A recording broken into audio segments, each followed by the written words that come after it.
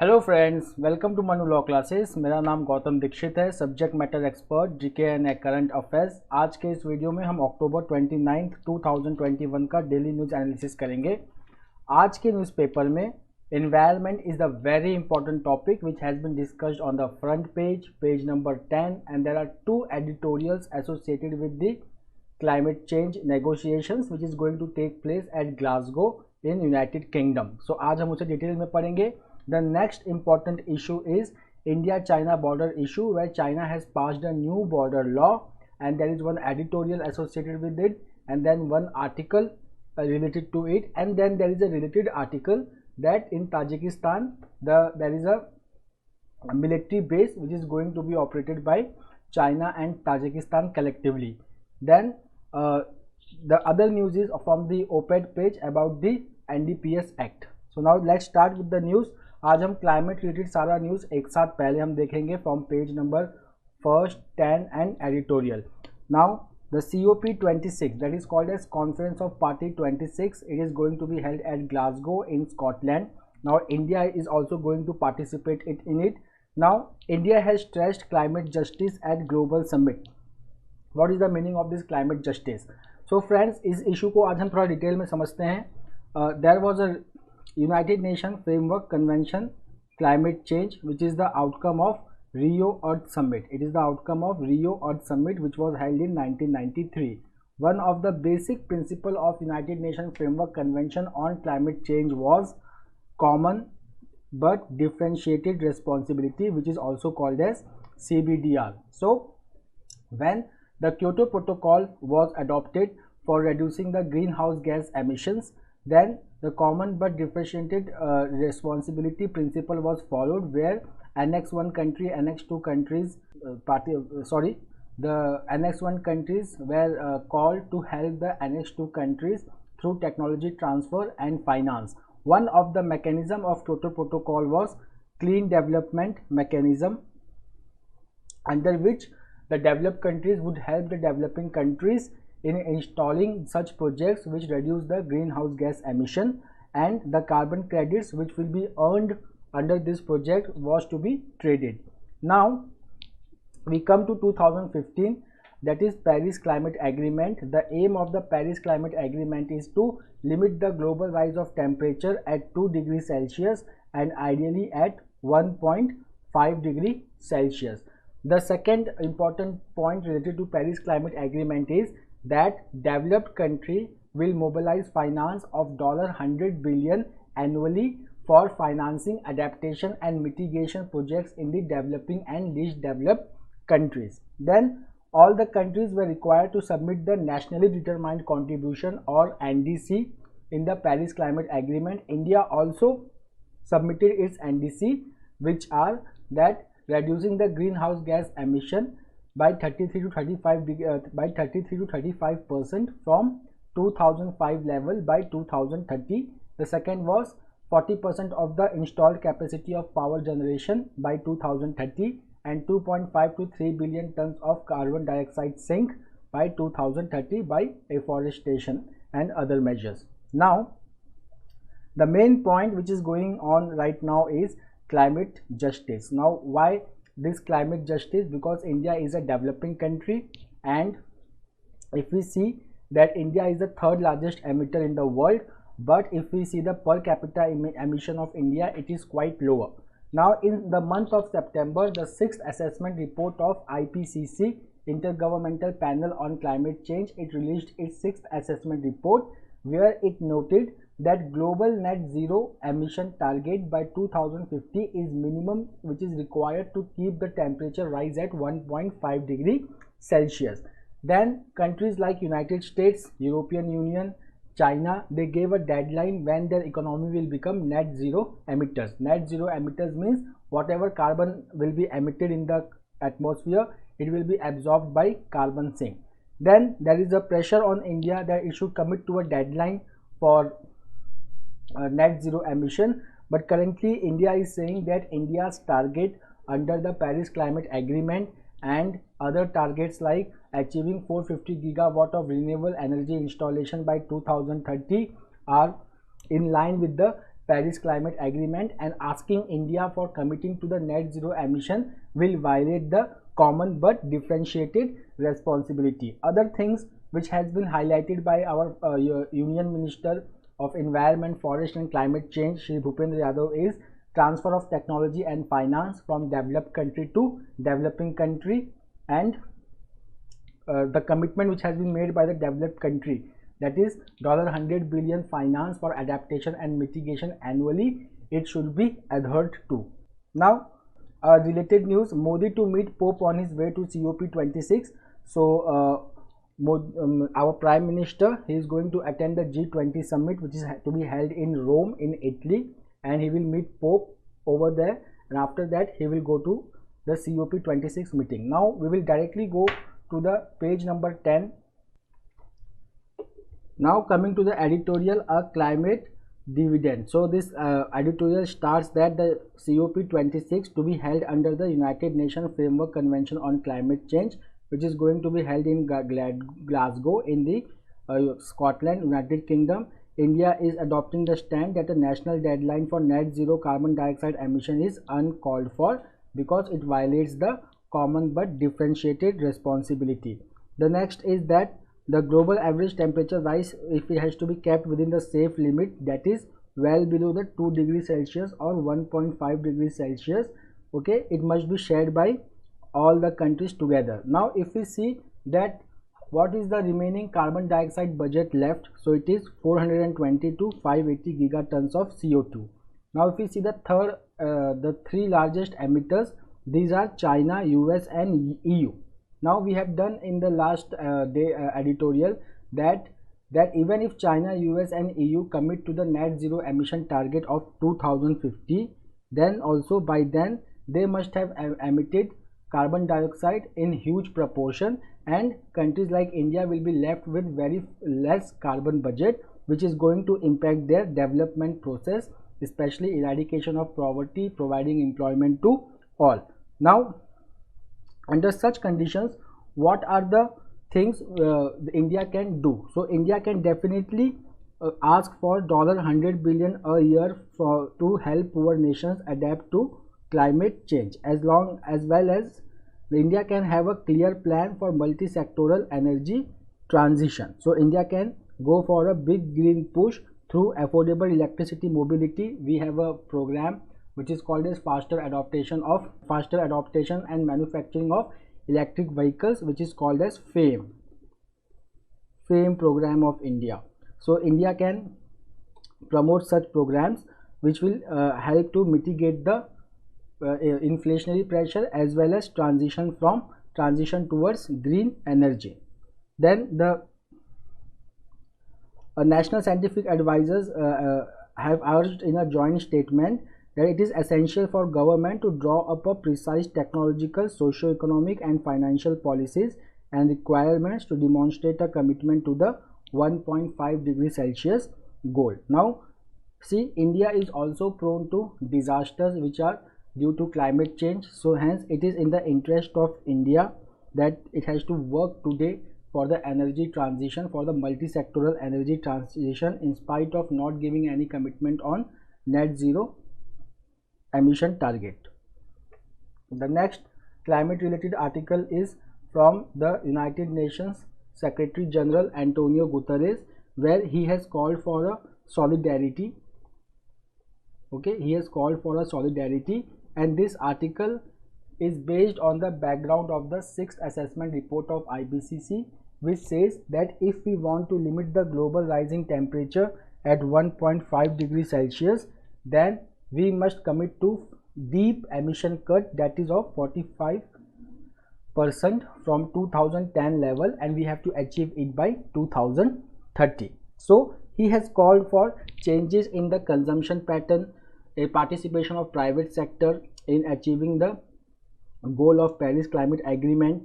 Each individual should change its consumption pattern, its lifestyle, so that it is adaptable with the climate change objectives. Now we will go to page number 10, where there is an interview from our environment minister. We will see the highlight of this interview. Some of the highlights of the interview are that in this paragraph, Our environment minister has highlighted the efforts taken by India. So some of the important points are that the forest cover in India, it has increased by 13,000 square kilometer. Then there are 14 tiger reserves. There are 14 tiger reserves which have got world accreditation. Then lakes have been included in the Ramsar Convention, and 10 beaches have got a blue flag accreditation. Then problem like stubble burning in Delhi, ecological fragility in Western Ghats has been catered to. Then along with that, what the government is seeking now, the government is seeking transparency and accountability, especially in industrial projects requiring environment clearances. For that, the government has already has a Parivesh portal. Along with that, the government is talking about the private mining. So there have not been any concessions made, and the government is saying that the private mining has been balanced with the basic rights of tribal people. Then at last, he has highlighted some efforts taken by the Ministry of Labor. For example, e-Shram portal, which has seen a very high registration by unorganized workers, and then rupees 1000 crore from PM Care Fund, which has been used for the welfare of the unorganized sector migrant laborers under the Pradhan Mantri Rozgar Yojana. So the next very important article is between India and China. So this news is also related with that. We have already seen that there is a build-up of infrastructure and army presence from both the sides in eastern sector of the LAC. So Tawang is the area which was in news. So Tawang is the disputed area which is in Arunachal Pradesh. In backdrop of that, China now has passed a border law which caused that the military and other associated personas, they should take every measure to protect the border of the China. Now China has disputed border with disputed land border with two countries, that is India and China. Now under this backdrop, India, in yesterday's newspaper we had done that India had refuted the claim. India had said that this law has no effect, especially related to unresolved boundary question between India and China. We have a editorial also related with this article.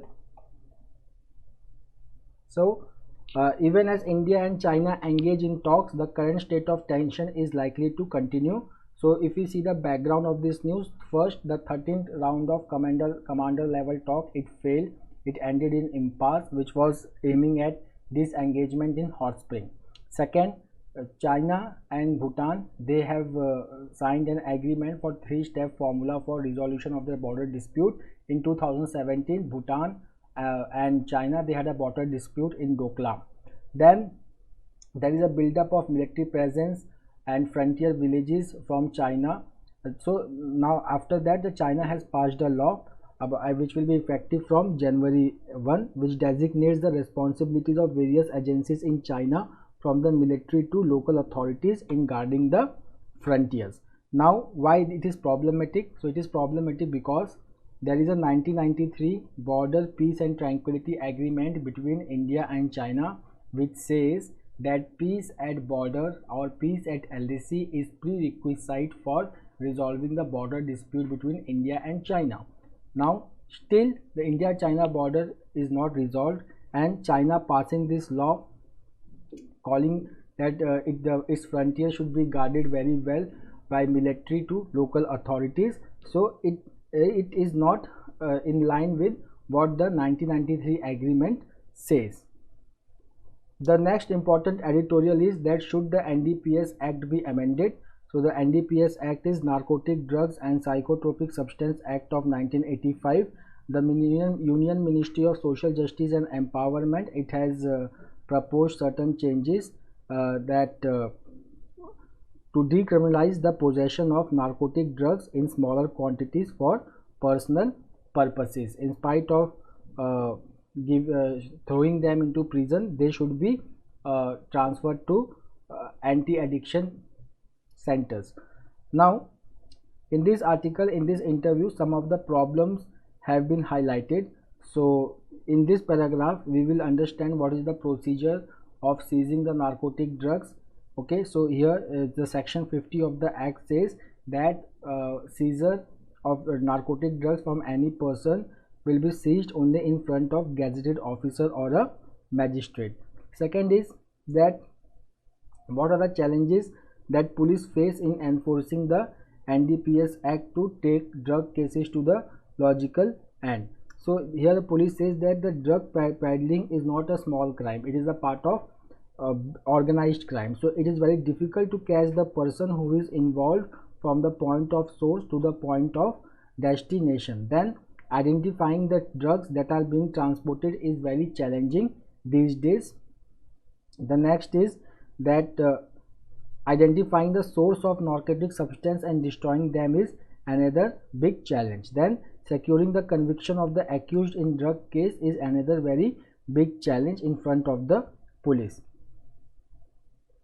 Now, over the proposal of the ministry that decriminalizing the persons who have a small amount of drugs and transferring them to the de-addiction center. So over here one of the panelists has said that we don't have enough de-addiction centers in the country, but we can have the examples from the world. For example, Iceland, where there is a community-led approach for rehabilitation of those persons who have been addicted to drugs. Now the next is that should India follow the same law which US has passed, that usage of narcotic drugs like marijuana in smaller quantities have been decriminalized, but in India it can be a problem because it may lead to legalization of drugs use in isolation, and we should focus on the things which leads to drug addiction, the situations, social situations which are leading to drug addictions like absenteeism in schools, loss of job, depression and suicide. Now the next, Kashmir on the boil again. So in this article we already know that the civilian targeting in Kashmir by the terrorist group has increased, and the situation is worse since 2006-2012, which was the period of very less violence in Jammu and Kashmir Valley. Now the major inflection point means when the situation started becoming worse, it happened in 2016 when the Hizbul Mujahideen commander Burhan Wani was killed. The next news is key US lawmakers bat for CAATSA sanctions waiver. So what is the full form of CAATSA? So full form of CAATSA is countering America's adversaries through Sanctions Act. When this act was passed, it was passed in 2017. What is the objective of this act? That if any country is participating in trade or defense procurement from the adversaries of USA like Russia and Iran, then they will be placed under this CAATSA law, and the economic sanctions or other type of sanctions can be imposed upon them. One recent example is Turkey. Turkey bought S-400 missile from Russia, and now Turkey is a NATO member, and Turkey was a part of F-35 aircraft program, but after procuring S-400 missiles from Russia, Turkey was suspended from this F-35 program. Now India is going to procure S-400 missiles in November, and now the talk is going on that what will be the status of India, whether it will be put in CAATSA or not. So in future this news is going to be very important, and when the future development will take place, we will discuss it again. The next news is Ambassador of Israel in India, Nor Gilon, he has highlighted that Pegasus, which is a software made by an Israeli spyware company, NSO, it is only sold to the governments, that is vetted government. Then he is highlighting a new quadrilateral economic dialogue formed between India, Israel, UAE and US, which is the outcome of Abraham Accord. Now this Abraham Accord was signed between Israel and UAE last year. Here the ambassador says that the common threat of Israel and UAE is the common threat of Israel and UAE is Iran, and that's why the Abraham Accord was signed, and which brought two earlier rivals, Israel and UAE, together, and which has opened a vista of opportunity for other countries to engage in Middle East region. Now from Foreign Affairs, eye on Afghanistan, China to build military base in Tajikistan. So China is going to take a full control of military base in Tajikistan, which is near the Afghan border. Now this base is at the tri-junction of China, Tajikistan, Afghanistan tri-junction, and very near to Wakhan corridor, and where China shares only 100-kilometer border with Afghanistan. Now is China alone having a military base in Tajikistan? No. India and Russia are also the countries that already have a military presence in bases in Tajikistan.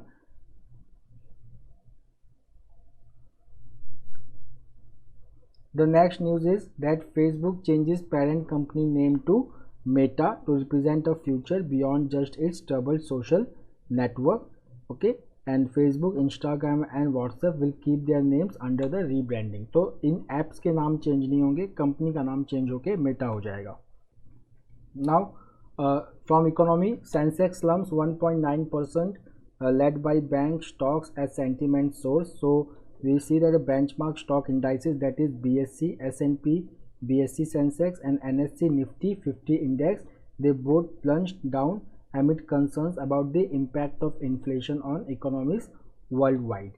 The next is that the rupee and bonds strengthened on Thursday as a drop in global crude oil prices. Now if you will see the next paragraph, it is very important. India imports about 80% of its oil requirements and 50% of natural gas. Now what is happening is like the high global prices, if there is a high global prices, then it is the inflation in India increases. That type of inflation we sometimes call it as a imported inflation. This is very important term, imported inflation.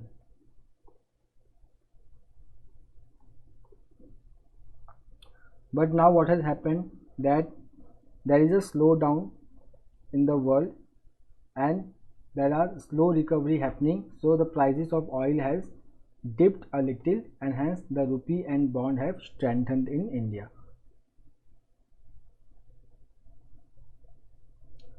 So news from cricket. So Ravi Shastri is going to retire from being the coach of Indian men's cricket team, and MS Dhoni, he has been appointed as a mentor, and right now he is there with the Indian team in T20 World Cup.